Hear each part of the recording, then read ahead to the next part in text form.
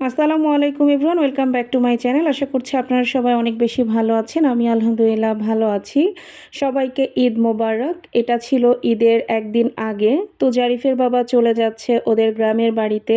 তো এখানে আমি মোটামুটি সব কিছু গোছগাছ করে দিয়েছি এবং আজকের ভিডিওতে আমি আপনাদেরকে দেখাবো মা ও ছেলে প্রথমবার ঢাকাতে একা একা ঈদ কিভাবে করলাম। আশা করছি পুরো ভিডিওটা আপনাদের কাছে ভালো লাগবে।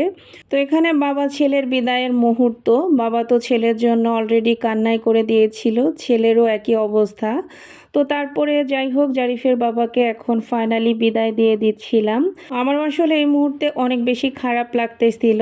তবে জারিফের বাবা আসলে আমাদেরকে রেখে বাড়িতে একা একা ঈদ করতে একদমই যেতে চাচ্ছিল না। আমি নিজে থেকেই ওকে এক প্রকার জোর করে পাঠিয়েছি, কারণ জারিফের বাবার আসলে অনেক দিন হয়ে গেল গ্রামের বাড়িতে যাওয়া হয় না। তো সে কথা চিন্তা করেই মূলত আমি জারিফের বাবাকে বাড়িতে যাওয়ার জন্য বলেছি। এবং আমার শাশুড়ি মাও তো গ্রামে থাকেন, ওরও তো ইচ্ছা করে ওর মায়ের সাথে দেখা করার জন্য। তো জারিফের বাবাকে বিদায় দিয়ে আমি চলে এসেছি মাংস বের করার জন্য। এখানে 2.5 কেজির মতো গরুর মাংস ছিল এবং এই মাংসটা আমার মা পাঠিয়েছিল। কিছুদিন আগেই মা এই মাংসটা পাঠিয়েছে। তো সেই মাংসটাই আমি এবার ঈদের জন্য রান্না করতেছি।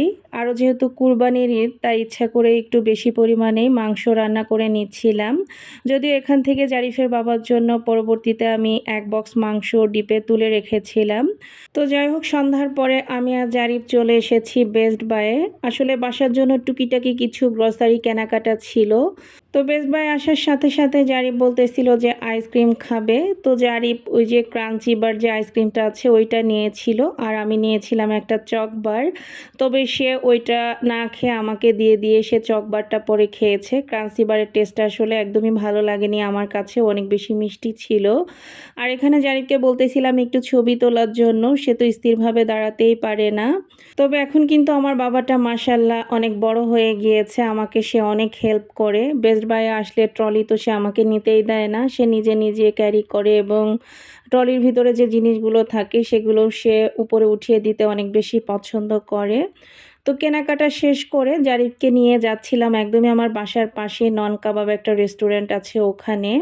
তো পরে নন কাবাবে গিয়ে দেখি যে নন কাবাব বন্ধ। তো রিকশাওয়ালা মামাকে বললাম যে আরেকটু সামনে যেতে, কারণ এখন লোহার ব্রিজের আগেই এখানে একটা টেস্টি ট্রিট এবং ফ্রাই বাকেট রেস্টুরেন্ট একসাথে হয়েছে। ভিতরে টেস্টি ট্রিটে যেই সাইডে এবং এক সাইডে হচ্ছে গিয়ে ফ্রাই বাকেট। তো এটা একদমই নতুন হয়েছে, কিছুদিন আগেই ওপেন হয়েছে, আমাদের এখানে আসা হয়নি এর আগে। তো আজকে আমি আর জারিফ চলে এসেছি প্রথমবার। আর জারিফের বাবাই আমাদেরকে বলতেছিল যে ফ্রাই বাকেটে যাওয়ার জন্য। তো এখানে এসে ছেলে বলল যে সে বার্গার খাবে। তোর পছন্দ অনুযায়ী একটা বার্গার অর্ডার করেছি, যদিও বার্গারটা অনেক বড় সাইজের ছিল। আর আমি একটা অর্ডার করেছিলাম চিকেন ফ্রাই। তবে পরবর্তীতে জারিফ বার্গার একটু খেয়েই সে বলতেছে যে সে আর বার্গার খাবে না, সে এখন চিকেন ফ্রাই খাবে। তো এই বার্গারটা মাশাআল্লাহ এত বড় সাইজের ছিল যে আমিও বার্গারটা পুরোপুরি শেষ করতে পারিনি এবং জারিফও চিকেন ফ্রাইটা নষ্ট করেছে। মানে আজকে মা ছেলে দুইজনেরই খাওয়া দাওয়া কেমন জানি এলোমেলো হয়ে গিয়েছিল। আর এটা হচ্ছে গিয়ে ঈদের দিন দুপুরবেলা আমি এখানে পোলাও রান্না করে নিয়েছিলাম। আর এদিকে আমার ননাসের ছেলে প্রিন্স, ও মাংস দেওয়ার জন্য এসেছিল। ও আসলে ভিতরে ঢোকেইনি, ওর জন্য আগে থেকে আমি একটু শরবত গুলিয়ে রেখেছিলাম। ও বাহিরে দাঁড়িয়েই খেয়ে চলে গিয়েছে, আসলে ওর একটু তাড়াও ছিল।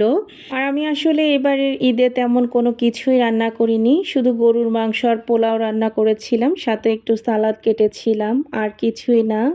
আর কোক কিনেছিলাম বাসায় খাওয়ার জন্য।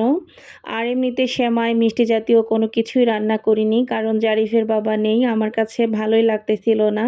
জারিফের বাবাকে আমি আর জারিফ দুজনই ভীষণ মিস করতেছিলাম। ঈদের দিন এবং পরের দিন আমরা বাসা থেকে বেরই হইনি, জারিফের বাবা আসার পরে বের হয়েছিলাম।